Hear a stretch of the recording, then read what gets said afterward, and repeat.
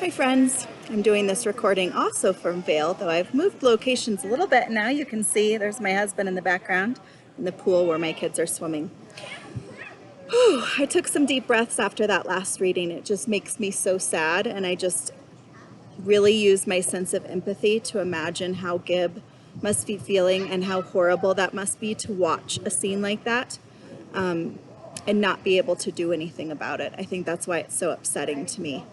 Also, being a mom, of course, just anything like that with kids getting hurt just is upsetting when you're a mom or a dad or a grandparent or an aunt or uncle. So I'm going to get back into this chapter.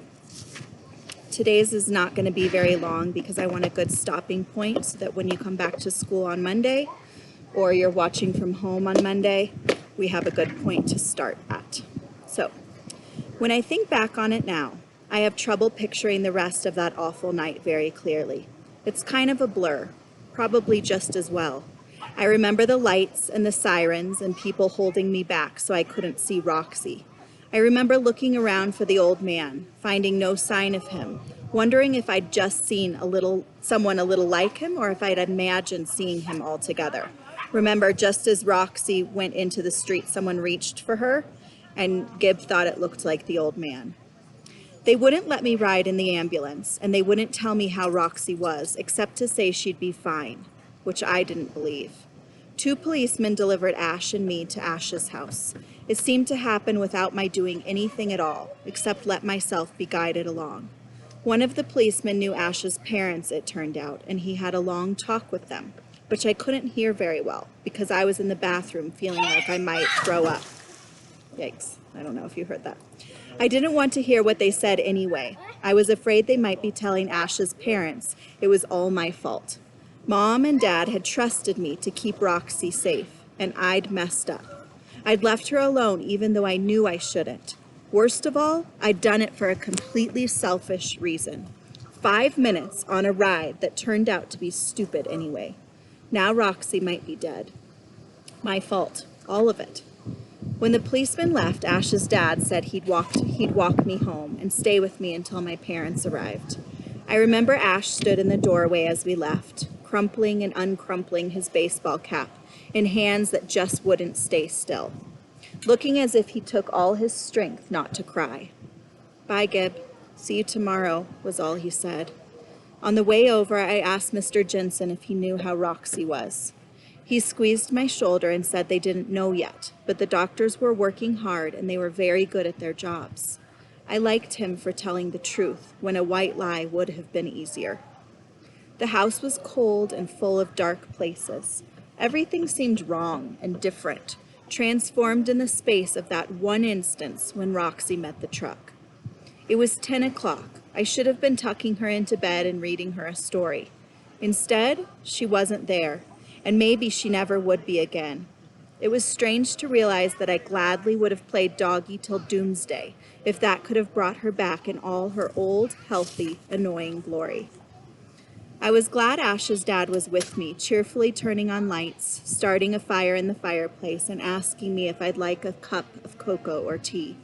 He was his same old, tall, familiar self. He even smelled the same as always, like smoke, because of the stinky wood stove the Jensens heated their house with. I guess it was just good to know that at least one thing hadn't changed. I asked him to make chamomile tea, even though I didn't like it that much.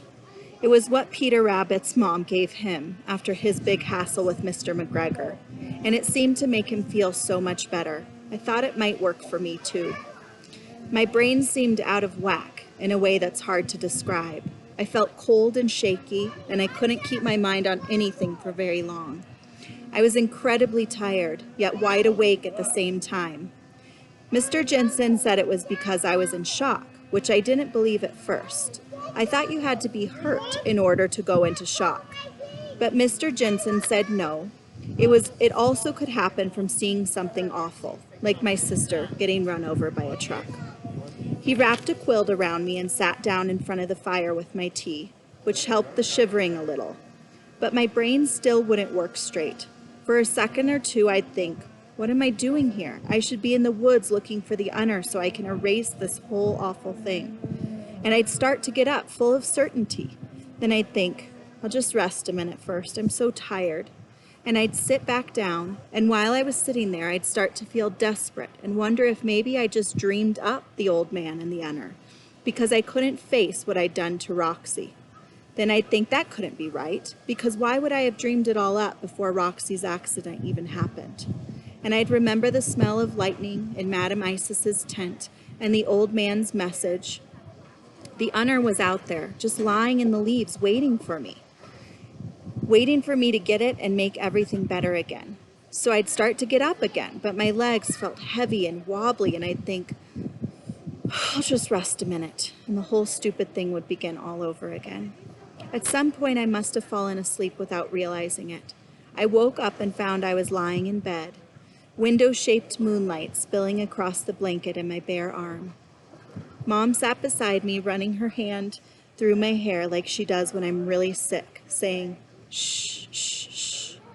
I didn't say anything, I said, only it came out more like, I couldn't seem to get my tongue to work. A tear spilled down Mom's cheek, and she swiped it away. She was still wearing her square dance jacket. The silvery moonlight made the sequins glitter like magic, and I fell asleep again, back into a repeating dream of trying to get up to search for the Unner. All right, I'm going to stop there, and when we're together next week, we'll get to read again.